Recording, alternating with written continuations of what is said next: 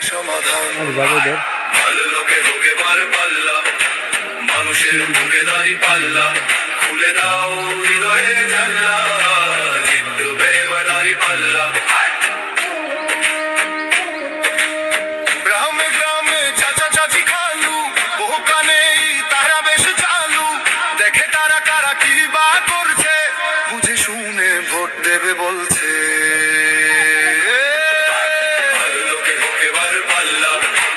মানুষের বুকে দাঁড়ি পাল্লা, খুলে দাও হৃদয়ের জানলা, জিতবে এবার দাঁড়ি পাল্লা।